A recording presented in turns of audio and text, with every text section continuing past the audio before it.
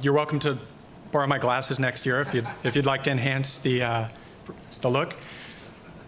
Thanks everybody for being here today. Many of you I know, many are new to me. Looking forward to perhaps meeting you today. Really thrilled to be back at the IEEE, as Raz mentioned in my introduction. My background's in digital signal processing, research science, and I probably have a dozen or so prior IEEE publications in the Signal Processing Society, where I was very active for many years, and it's great to be here for my first Broadcast Technology Society event. So I'm here talking about some work that I've been doing for a number of years, which some of you who know me are already familiar with, but hopefully expose it from a slightly different angle to you and to share it with folks who haven't seen it already. And this is work that's focused today in the presentation on enabling some of the ATSC3 capabilities in transition environments, that is, in environments that still rely on legacy technologies and distribution paths, and facilitate the transition, the entry of broadcasters and consumers as well, electronics companies additionally, into the ATSC3 world. And we are calling it kind of the tip of the spear, because it's a set of features that can really be the beginning of the ATSC3 experience. So the context for the work that we're doing is the hybrid delivery use case of ATSC3. And for those of you who maybe haven't drilled down into all the capabilities here, the idea is you've got shown in the light blue here the main ATSC3 broadcast path. We have kind of at the bottom of the figure a box with ears on it. That might be a gateway, or it may just be antennas, an antenna that's attached to the television set without a set-top box feature. And the ATSC3 broadcast path allows you to deliver a whole collection of advanced services, some of which are reliant or enhanced by the presence of the ATS broadband connection to the device. And of course, broadband connected viewing devices are being widely embraced by consumers, widely connected in ever-increasing rates, driven largely by the availability of OTT services like Netflix, Hulu, and so forth. But these are this connection is something that ATSC3 builds upon by allowing broadcasters to make a variety of different choices about the use of these two paths in tandem. So that's the hybrid delivery concept, is some part of your service is operating over the 3.0 broadcast transmission, and some part of it is reliant on ATSC3 designed protocols, or adopted protocols, if they're for some of the third-party specifications, that make use of the broadband connection. And some of the really interesting features in ATSC3 take advantage of this, like hybrid video and audio. The idea of some part of your audio and video transmission, and typically it's the base layer, your primary picture and your primary sound program, go over the broadcast path, but there may be additional video components, for example, alternate camera angles, or alternative audio programming content, like different dialogue programs. Languages of dialogue that may be delivered or offered over broadband. The broadcaster can choose to take advantage of this for the viewers who have the connected devices. Another example is interactivity, where you certainly can deliver an interactive application over the air, but if that interactive application is based on being able to store state in a server, or access data transmissions over broadband, or to have a personalized or unique experience, for example, based on cookies that are stored on the device that allow a viewer to log into a service or capability, well, the 3.0 broadband connection and protocols can be used to deliver that component of the experience. Dynamic ad insertion, another example of an ATSC3 use case that takes advantage of this hybrid capability where you can use existing broadband services and protocols that might be in place for your digital services to do ad decisioning, impression tracking and measurement of these ad inserts, even if the advertising content's delivered over the broadcast, although you can take those alternative advertisements as well, deliver them over the broadband path. Another example is usage reporting. So ATSC's defined a specification whereby televisions, a broadcaster can request a television to collect tuning data, tune in, the time of tune in, the time of tune out on your station, to collect that information and forward it to a server that you've identified. And that delivery of that viewing information, those tuning events, can happen over the broadband path, enabling much more advanced measurement capabilities, similar to what MVPDs are doing today on their set-top boxes. In general, there is some work going on, I'll just mention, in ATSC on having a two-way RF capability, although that work has yet to emerge from ATSC, but I think there may be a RF return path that will be specified by ATSC, but it has, of course, some pretty substantial, or is expected to have some pretty substantial infrastructure requirements. So it may be that some broadcasters choose not to use it, and if broadband connection rates stay high, it may not be necessary for all broadcasters to use it to have this two-way capability. So these are the hybrid features and capabilities of ATSC 3. They rely on, of course, the ATSC3 broadcast transition having occurred to deliver the broadcast part of these services. However, ATSC has also specified a capability called the ATSC3 watermark. It's an openly specified watermark that can be embedded in the audio and video portion of the content that a broadcaster delivers and carries in it a URL. And that URL allows a receiver who's capable of reading and responding to the watermark to discover and launch the hybrid service capabilities of ATSC3. And one of the interesting things about this watermark is because it exists in the audio and video essence, it is compatible with the existing distribution paths that are in place. So today, you're doing an ATSC1 over-the-air transmission. This ATSC3 watermark can live inside of that broadcast transmission. That's shown in the line to the right, a 1.0 broadcast transmission, MPEG-2 video with AC3 audio. The ATSC3 watermark can be carried inside of the essence. And if you've got a TV that is a 3.0 receiver, or even a 3.0 aware receiver, which is maybe a 1.0 receiver or a display without a tuner, that is able to read, that incorporates the software to read and respond to this watermark and knows how to interpret the ATSC3 watermark, this receiver can actually discover and launch ATSC3 hybrid services.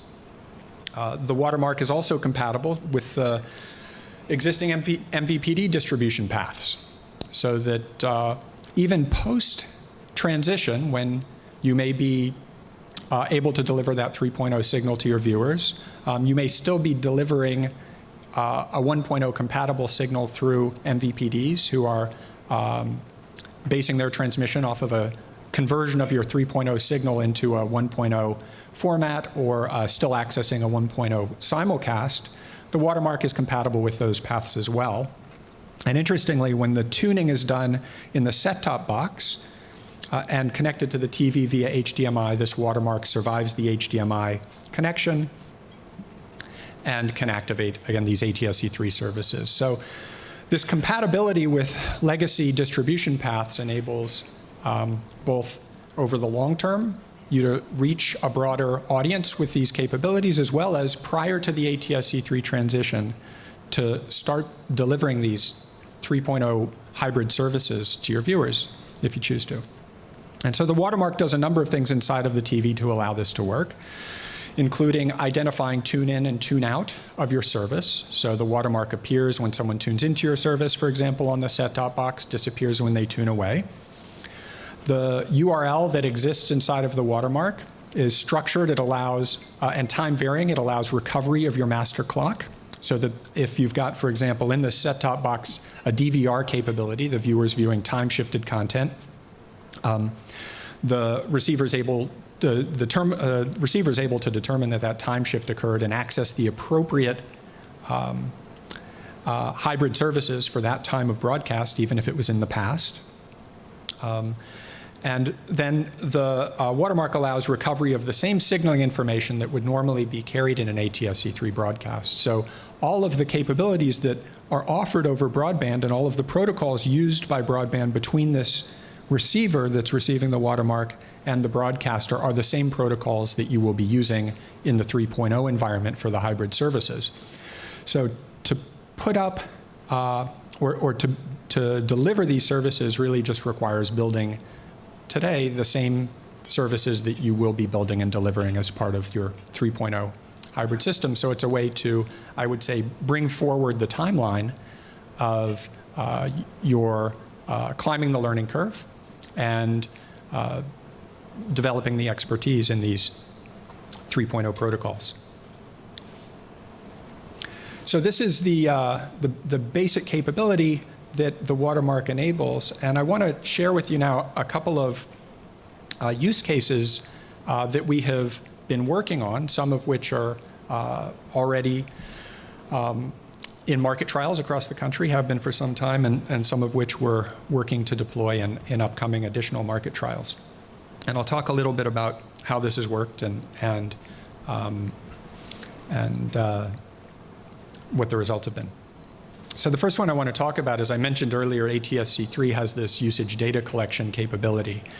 There's a very easy one for a broadcaster to deploy because it requires very limited infrastructure. It doesn't require any new programming on the broadcaster's part or any new content development. It's simply providing a window into tuning activity that's happening in your viewership.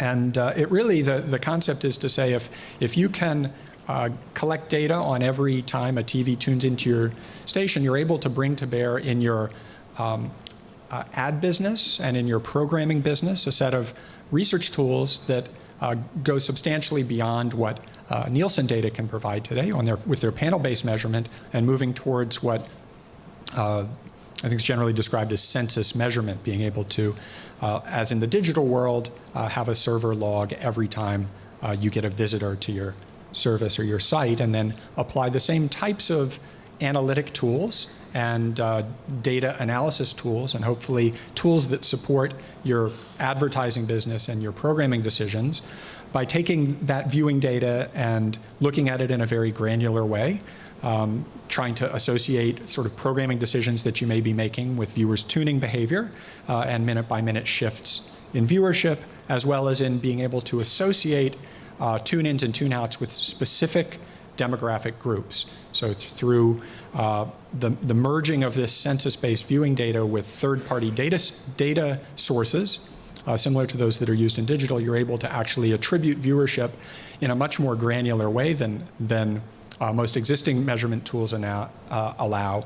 For example, looking at people who've bought a car in the last 90 days or have visited a car dealership in the last 90 days, or people in a very limited economic segment, or folks who have exhibited interest in international travel, and these types of very narrow demographic views that your advertisers may be interested in.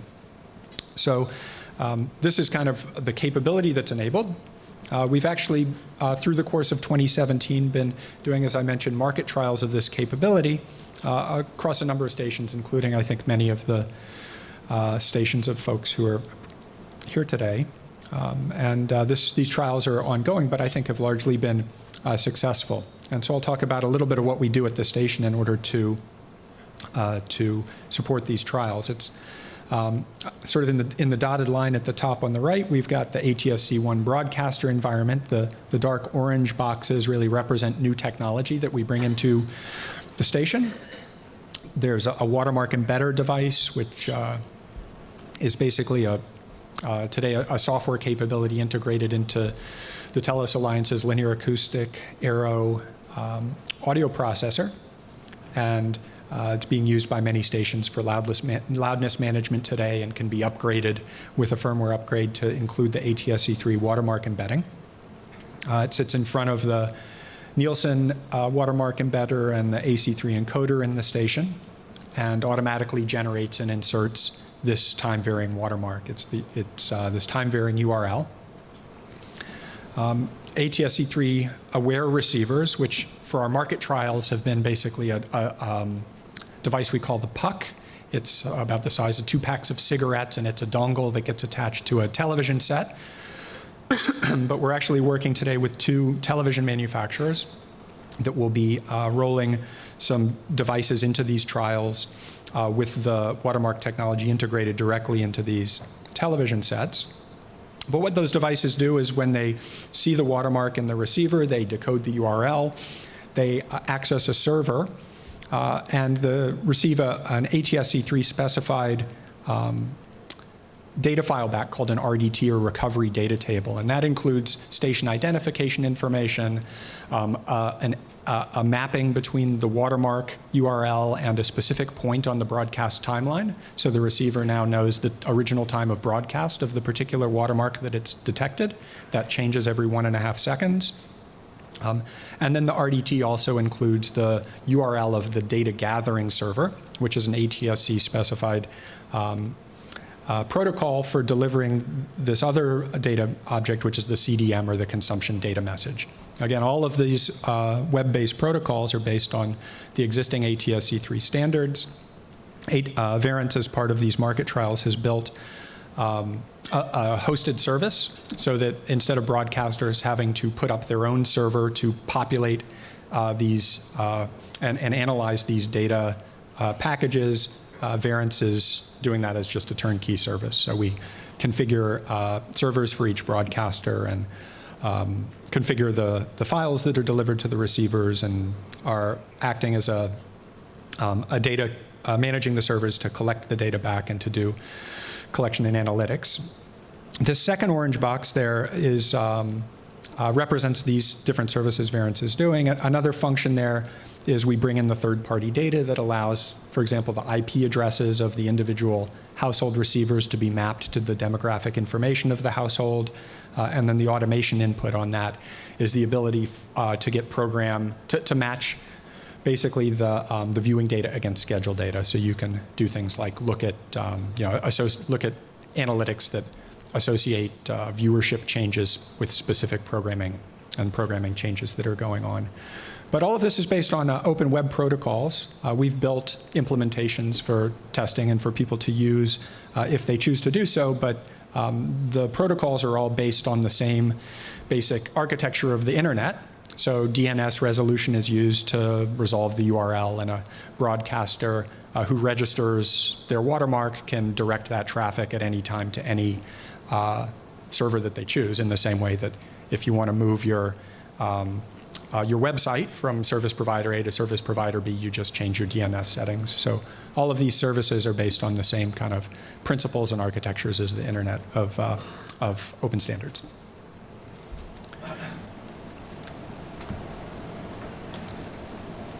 The next use case I want to talk about a little bit is one that we're doing some work on presently.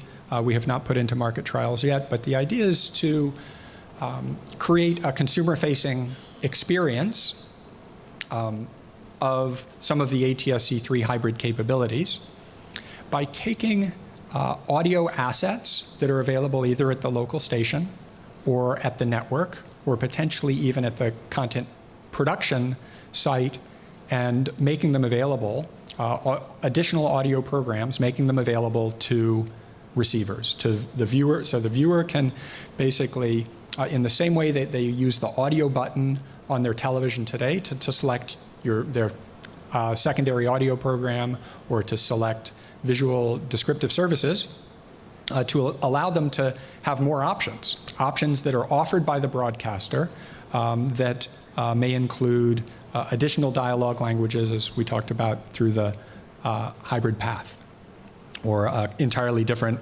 audio programs, commentary, international languages, and so forth. And that also, in some cases, viewers who are in cable environments or redistribution environments may not get that secondary audio at all. And so this is a way for broadcasters to offer access to these over the top. So there's ATSC3, of course, uses a new codec, the AC4 codec, which also has built into it a number of capabilities that we can offer through this hybrid solution. Also for an ATSC1 broadcaster, like dialogue enhancement. The AC4 codec, even for mixes where the audio has not been, the dialogue audio has not been mixed separately, and that's a downstream capability for object-based delivery in AC4. AC4 encoders contain a neural network system that finds the speech inside of your 5.1 mix, the dialogue, separates it from the music and effects tracks that are in the 5.1 mix, and suppresses the music and effects tracks, making the dialogue more intelligible for people in low volume listening environments and for people with hearing impairments. So this is an interesting feature that is automatically generated by AC4 that can also be offered to an ATSC1 viewer through a hybrid service if that OTT hybrid audio is delivered in the AC4 codec. So to realize this, a Watermark embedder is placed in the ATSC1 broadcast chain. Its output is fed both to the normal ATSC1 and redistribution broadcast encoding multiplexing path, but at the same time that same collection of audio is fed into an AC4 encoder. And the output of that AC4 encoder can be segmented, packaged, and posted to an origin server in the same way you might be taking your broadcast stream and encoding it for digital delivery. And then that encoded AC4 audio can be delivered via broadband to a receiver that has the ability to support the ATSC3 hybrid audio capability. The Watermark content reaches the 3.0 receiver. The receiver contacts the origin server, recovers the recovery data table, which identifies the presence of an enhanced MPD, which is the dash streaming manifest that describes all of the different assets that may be available as part of the service, including URLs of the alternate language audio or the alternate audio content. It includes synchronization information, allowing the receiver to present an offer to the viewer to access these different audio assets, and then if the viewer selects it, to access, synchronize, and present that audio together with the broadcast video as sort of replacement audio. So we think this is an interesting entry point for broadcasters into ATSC3 services because, one, some of the capabilities, for example, dialogue enhancement, are things that can be generated automatically from the assets you're already receiving and transmitting. And two, there's a segment of the population that don't get easy access to the secondary audio programming assets that are offered. Not all MVPDs are required to deliver these. And then you've also got the challenge of delivering secondary audio and video descriptive services simultaneously that can be overcome with this capability. And then ultimately, if and when new audio assets or audio programs become available, this becomes a means to offer those to viewers.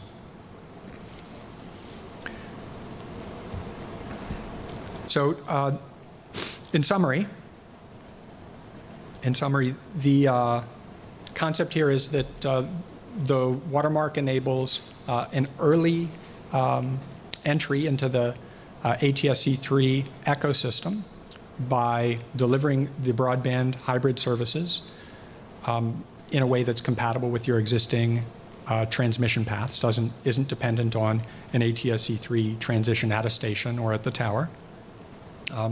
It is a way to reach more viewers through more distribution paths. So if we think about the segment of your audience that's receiving your broadcast through redistribution today and may well continue to receive the broadcast in that way, even post ATSC3 transition, it becomes a way to offer an entry point to your ATSC3 investment in an accelerated way. Thirdly, we found some ways in which this can be deployed without having a major impact on your business operations or requiring access to new content production, although it does provide a migration path as these new production assets become available. And then finally, it is a solution where, as we do this work together today, this is work that will carry forward. It's not something that is going to be sort of a transition technology that I think, then move on to other things. I think these paths, HDMI paths to TV sets, will be around for some time to come. So these are our motivators for spending time on this and for trying to advance the time frame of progress in the industry. So, Roz, maybe you can comment on time. I didn't actually bring 3 minutes left. Okay, great. So we'll have time for a question if anybody has one on the material.